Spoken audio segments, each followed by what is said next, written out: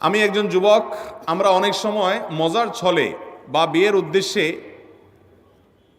না, বিশেষ উদ্দেশ্য ছাড়া ফেসবুক বা মেসেঞ্জারে 3বার কবুল বলি। তাতে কি আল্লাহর দরবারে বিয়ে কবুল হয়ে যাবে?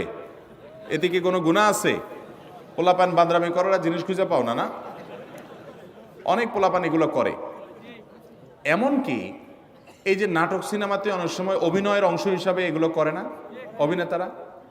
এদের মধ্যে কেউ যদি মুসলমান হয়, কার যদি আল্লাহর প্রতি বিশ্বাস না থাকে তার কথা ভিন্ন হয়, বেঈমান নিয়ে আমাদের আলাপ নাই। যে মুসলমান, যে আল্লাহর প্রতি ঈমান আছে, তার জানতে হবে নবী করিম সাল্লাল্লাহু আলাইহি সাল্লাম বলেছেন, সালাতুন জিদ্দুহুন্না জিদ্দুন ওয়া হাজলুহুন্না জিদ্দুন। 3টা বিষয় সিরিয়াসলি করলে যা হবে, দুষ্টুমি, রসিকতা, অভিনয়, মজাকরি করলে তা হয়ে যাবে কাহিনী বড় খতরনাক, বড় জটিল। অতএব আপনি দোস্ত দুষ্টামি করে কোনো ক্লাসমেট মেয়েকে বললেন অন্য 2-3 দোস্তের সামনে যে আমি ওরে বিয়ে করলাম,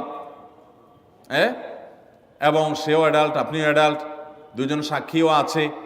আর বিশেষ করে নাটকে যেটা হয় যে অভিভাবক অনেক সময় থাকে, যদি সত্যিকারের অভিভাবক থাকে, ওখানে তো সব বকওয়াস অভিভাবক।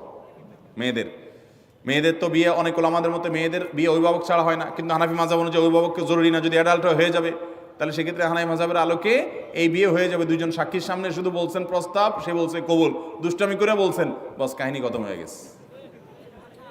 কথা বুঝেন নাই? খুব জটিল একটা বিষয়। ঠিক তালাকের বিষয়টাও এরকম। আপনি বলবেন যে হুজুর আমি তো আসলে তালাকের উদ্দেশ্যে বলি না, আমি তো ভয় দেখানোর জন্য বলছিলাম, কাম হয়ে যাবে, এরপর আর এসব বলে লাভ হবে না। অতএব এগুলো সাবধানে করতে হবে। আল্লাহ আমাদেরকে এই সমস্ত বিষয়, হেয়ালিপনা, দুষ্টমি, এগুলো থেকে বেঁচে থাকার তৌফিক দান করুন। সব জায়গায় ফাজলামি না।